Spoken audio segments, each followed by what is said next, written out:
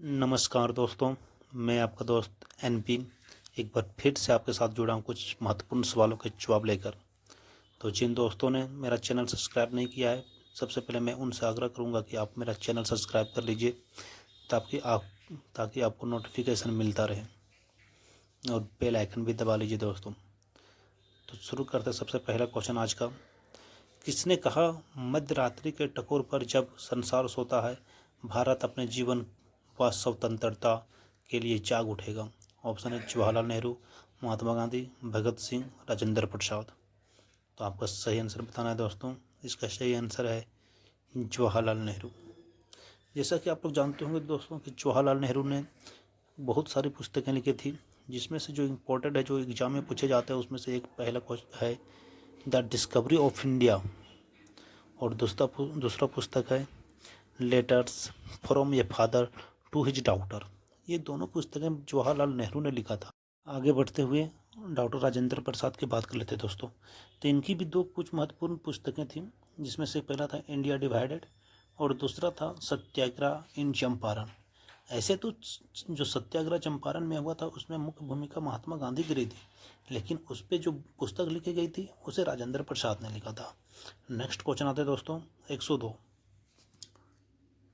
Who lives if India dies किसकी उक्ति है? ऑप्शन है जवाहरलाल नेहरू, महात्मा गांधी, भगत सिंह, इनमें से कोई नहीं। तो इसका आंसर भी आप लोग जानते होंगे दोस्तों। इसका सही आंसर है जवाहरलाल नेहरू। जवाहरलाल नेहरू की ही उक्ति है who lives if India dies. बात कर लेते हैं महात्मा गांधी की दोस्तों। तो महात्मा गांधी की दो पुस्तक बहुत ही फेमस हुए। इनकी एक अपनी बायोग्राफी सत्य के प्रयोग और दूसरा हिंद स्वराज। बात किया जाए अगर भगत सिंह की, तो इनकी एक बहुत ही चर्चित पुस्तक जो अक्सर एग्जाम में पूछे जाते हैं, why I am an atheist. Next question पर चलते हैं दोस्तों। Question number 103। पंजाबी भाषा किस लिपि में लिखी जाती है? ऑप्शन है देवनागरी, सिंधी, गुरुमुखी, इनमें से कोई नहीं। तो आपको याद होगा दोस्तों कि मैंने पिछली क्लास में इसका आंसर डिटेल्स में बताया था कि पंजाबी भाषा किस लिपि में लिखी जाती है। तो इसका सही आंसर गुरुमुखी होगा दोस्तों।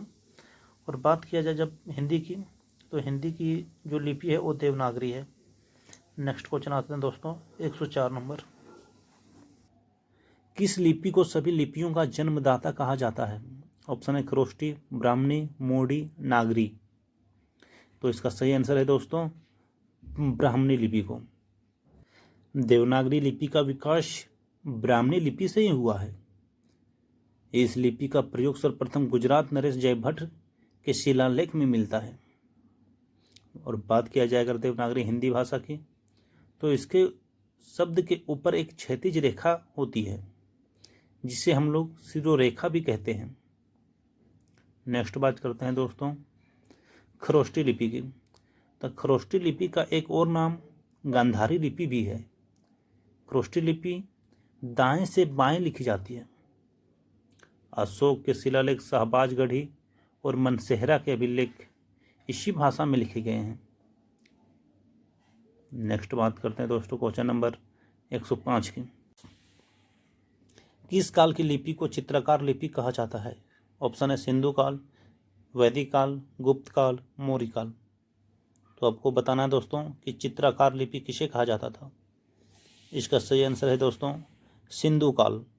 सिंधु काल के लोग जब अपनी भाषा में लिखा करते थे तो उसमें चित्रों का उल्लेख मिलता है, जिसे आज तक पढ़ा नहीं जा सकता है।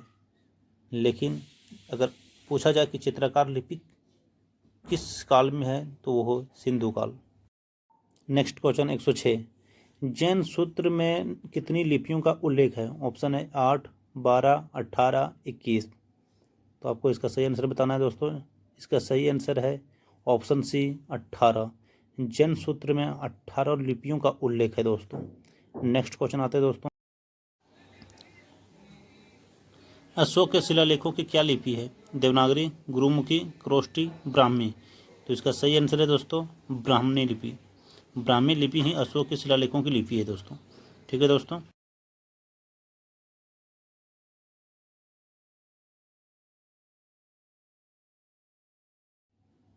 भारत की तीसरी सर्वाधिक बोली जाने वाली भाषा कौन सी है? ऑप्शन है तेलुगु, बांग्ला, मराठी, तमिल। तो इसका सही आंसर है दोस्तों ऑप्शन सी, मराठी। 2011 की जनगणना के अनुसार जो रिपोर्ट तैयार किया गया था उसमें मराठी लगभग 8.3 करोड़ लोग बोलते हैं, जो पूरे भारत के परसेंटेज की बात की जाए तो वह 6.86 है। मराठी में लगभग 42 प्रकार की बोलियां बोली जाती है दोस्तों। और अगर भारत में बोली जाने वाली भाषा में नंबर 1 की बात की जाए तो वह हिंदी है दोस्तों। हिंदी लगभग 52.83 करोड़ लोग बोलते हैं दोस्तों, और परसेंटेज की बात की जाए तो वह लगभग 43.63% है दोस्तों। दूसरे नंबर पे भाषा आता है दोस्तों जो वो है बांग्ला। इसे 9.72 करोड़ लोग बोलते हैं।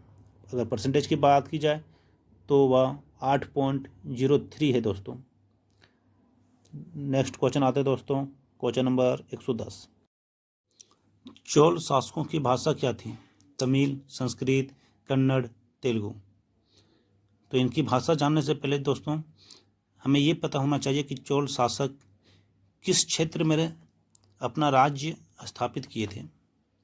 तो आपको मालूम होना चाहिए दोस्तों कि चोल शासक दक्षिण भारत में शासन करते थे, और अगर दक्षिण भारत की बात की जाए तो वो तमिल थी, अर्थात चोल शासकों की जो भाषा थी वो तमिल थी दोस्तों। नेक्स्ट क्वेश्चन आता है दोस्तों 111। हिंदी भाषा भारतीयों का प्रतिशत लगभग कितना है? तो ऑप्शन है दोस्तों 50%, 40%, 45% और 55%। तो आपको इसका सही आंसर बताना है दोस्तों। जैसा कि आपको पता होगा दोस्तों, मैंने पिछले क्वेश्चन में ही इसका आंसर बता दिया था दोस्तों कि हिंदी भाषा भारत में अगर परसेंटेज की बात की जाए तो वह 43.63% में बोली जाती है दोस्तों। तो आपको इसका आंसर पता चल गया होगा दोस्तों। जैसा कि आपको इसमें ऑप्शन बी और ऑप्शन सी में कन्फ्यूजन हो रहा होगा दोस्तों कि मैं कौन सा लगाऊं, तो इसमें तो ऑप्शन सी 45% ही सही होगा दोस्तों। तो आप ऑप्शन सी के साथ जाइएगा। हालांकि एग्ज़ाम में इस तरह का ऑप्शन नहीं देगा दोस्तों, कुछ गैप रखेगा, जैसे 40 देगा तो फिर 50 देगा। तो आप ध्यान रखिएगा दोस्तों, हिंदी की लैंग्वेज की जो परसेंटेज है वो 43.63% है दोस्तों। चलते हैं दोस्तों अगला क्वेश्चन पे। भारतीय भाषाओं में हिंदी के बाद विश्व की कौन सी भाषा अधिकतम बोली जाती है? ऑप्शन है मलयालम, तमिल, तेलुगु और बांग्ला। तो इसका सही आंसर होगा दोस्तों बांग्ला। भारतीय भाषाओं में हिंदी के बाद बांग्ला ही सबसे अधिक विश्व में बोली जाती है दोस्तों। नेक्स्ट क्वेश्चन पे आता है दोस्तों 113। गोवा की स्वीकृत राजभाषा है कोंकणी, गुजराती, मराठी, पुर्तगाली। तो आप लोग जानते होंगे दोस्तों इसका सही आंसर कोंकणी होगा। बात किया जाए गुजराती की तो वो गुजरात में बोला जाता है, और अगर बात किया जाए मराठी की तो वो महाराष्ट्र में बोला जाता है। पुर्तगाली भी लगभग गोवा में पहले बोली जाती थी दोस्तों, मगर अब इसकी मात्रा बहुत कम हो गया है दोस्तों। तो ध्यान दीजिएगा, कोंकणी इसका सही आंसर है दोस्तों। नेक्स्ट क्वेश्चन पे आते हैं दोस्तों 114। कौन सी भाषा देवभाषा है? ऑप्शन है हिंदी, खड़ी भाषा, संस्कृत और पाली। तो इसका सही आंसर आप लोग जानते होंगे दोस्तों कि देवों की भाषा संस्कृत है। संस्कृत को ही देवभाषा कहा जाता है। आप लोग जानते होंगे दोस्तों कि ग्रंथों में जो लिखा हुआ लैंग्वेज है वो संस्कृत है। तो आप इनसे आइडिया लगा सकते हैं दोस्तों कि देवभाषा संस्कृत ही होगी। नेक्स्ट क्वेश्चन पे आते हैं दोस्तों 115 नंबर क्वेश्चन पे। भारत का प्राचीन भाषा है संस्कृत, हिंदी, पाली, प्राकृत। तो इसका सही आंसर आपको मालूम होगा दोस्तों कि भारत का प्राचीन भाषा संस्कृत है। नेक्स्ट क्वेश्चन पे आते हैं दोस्तों, क्वेश्चन नंबर 116। निम्नलिखित में से किस देश में अधिकतम संख्या में भाषाएं बोली जाती है? तो अगर अधिकतम भाषाएं बोलने जाने की बात की जाए तो दोस्तों पपुआ न्यू गिनी जो एक बहुत ही छोटा देश है वहाँ पे सबसे अधिक भाषाएं बोली जाती है। लेकिन ऑप्शन के अनुसार अगर हम चलते हैं तो इसका सही आंसर हो जाएगा ऑप्शन ये ब्रिटेन। बात किया जाए अगर भारत में तो भारत में 453 भाषाएं बोली जाती है दोस्तों। और बात किया जाए अगर यूएसए की, तो उसमें 335 भाषाएं बोली जाती है दोस्तों। नेक्स्ट क्वेश्चन पे चलते हैं दोस्तों। क्वेश्चन नंबर 117, केंद्रीय भारतीय भाषा संस्थान कहाँ स्थित है? ऑप्शन दिया हुआ है दोस्तों, मैसूर, हैदराबाद, वाराणसी, उज्जैन। तो आपको सही आंसर बताना है दोस्तों कि केंद्रीय भारतीय भाषा संस्थान कहाँ स्थित है।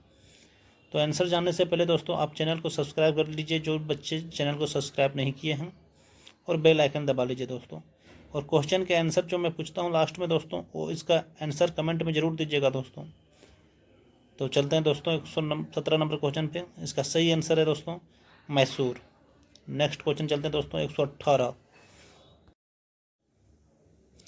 राष्ट्रीय साक्षरता मिशन की शुरुआत कब हुई थी? ऑप्शन दिया है दोस्तों 1900 ईस्वी, 1988 ईस्वी, 1999 ईस्वी, इनमें से कोई नहीं। तो आपको बताना है दोस्तों कि राष्ट्रीय साक्षरता मिशन कब शुरू हुआ था। तो इसका सही आंसर है दोस्तों 1988 ईस्वी में। राष्ट्रीय साक्षरता मिशन का मुख्य उद्देश्य था दोस्तों 15 से 35 वर्ष की आयु के सभी निरक्षर व्यक्तियों को कार्यात्मक साक्षरता प्रदान करना। और बात की जाए 1988 की दोस्तों, तो 1988 में एक अधिनियम निकला था जिसका नाम था मोटर वाहन अधिनियम।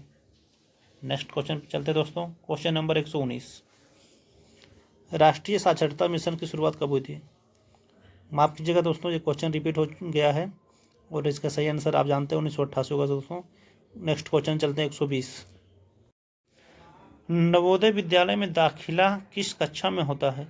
ऑप्शन है पहली, 7वीं, 6ठी, 4थी। तो आपको मालूम होगा दोस्तों, अपने आस पड़ोस अपने गाँवों में शहरों में देखा होगा दोस्तों कि नवोदय विद्यालय की तैयारी करने वाले बच्चे कौन सी क्लास की तैयारी करते हैं। तो इसका सही आंसर हो जाएगा दोस्तों 6ठी क्लास। नेक्स्ट क्वेश्चन पे चलते हैं दोस्तों। क्वेश्चन नंबर 121, मुक्त विश्वविद्यालय ओपन यूनिवर्सिटी की स्थापना सर्वप्रथम कहाँ हुई? ऑप्शन है जर्मनी, भारत, इंग्लैंड, इनमें से कोई नहीं। तो इसका सही आंसर होगा दोस्तों ऑप्शन सी, इंग्लैंड। सबसे प्रथम की बात किया जाए तो ओपन यूनिवर्सिटी जो खोला गया था वो इंग्लैंड में खोला गया था दोस्तों। और अगर भारत की बात की जाए तो पहला यूनिवर्सिटी ओपन 1982 में खोला गया था दोस्तों। नेक्स्ट क्वेश्चन पे चलते हैं दोस्तों। क्वेश्चन नंबर 122, इंदिरा गांधी राष्ट्रीय मुक्त विश्वविद्यालय इग्नू की स्थापना कब हुई? ऑप्शन है 1982, 1985, 1987, 1989। तो आप जानते होंगे दोस्तों कि इंदिरा गांधी राष्ट्रीय मुक्त विश्वविद्यालय, जिसे इग्नू के नाम से जाना जाता है, इसकी स्थापना 1985 में सितंबर में किया गया था दोस्तों। और अगर भारत में सर्वप्रथम की बात किया जाए तो 1982 ईस्वी में doctor BR Ambedkar open university का स्थापना किया गया था आंध्र प्रदेश में दोस्तों। नेक्स्ट क्वेश्चन पे चलते हैं दोस्तों। इंदिरा गांधी राष्ट्रीय मुक्त विश्वविद्यालय का मुख्यालय कहाँ है? तो इग्नू का जो मुख्यालय है दोस्तों वो नई दिल्ली में है। अर्थात इंदिरा गांधी राष्ट्रीय मुक्त विश्वविद्यालय का मुख्यालय नई दिल्ली में है दोस्तों। नेक्स्ट क्वेश्चन पे चलते हैं दोस्तों। 124, केंद्रीय अंग्रेजी एवं विदेशी भाषा संस्थान कहाँ है? ऑप्शन है हैदराबाद, मुंबई, बेंगलोर और नई दिल्ली। तो इसका सही आंसर है दोस्तों ऑप्शन ए, हैदराबाद। हैदराबाद में केंद्रीय अंग्रेजी एवं विदेशी भाषा संस्थान खोला गया है। लेकिन अगर इसका उप ब्रांच की बात किया जाए तो एक लखनऊ में और एक शिलोंग में भी खोला गया है दोस्तों। नेक्स्ट क्वेश्चन पे जाने से पहले आप मेरा चैनल को सब्सक्राइब कर लीजिए दोस्तों, ताकि आपको नोटिफिकेशन मिलता रहे, और अधिक से अधिक शेयर कीजिए दोस्तों, क्योंकि मैं चाहता हूं कि इसका लाभ अधिक से अधिक बच्चों तक पहुंचा। नेक्स्ट क्वेश्चन पे आता है दोस्तों, भारतीय पशु चिकित्सा अनुसंधान संस्थान कहाँ है? पंतनगर, देहरादून, लखनऊ, इज्जत नगर। तो इसका सही आंसर है दोस्तों ऑप्शन डी, इज्जत नगर, जो यूपी के बरेली ज़िले में पड़ता है दोस्तों। ठीक है दोस्तों, मैं फिर कल मिलता हूँ दोस्तों आपके साथ। नमस्कार।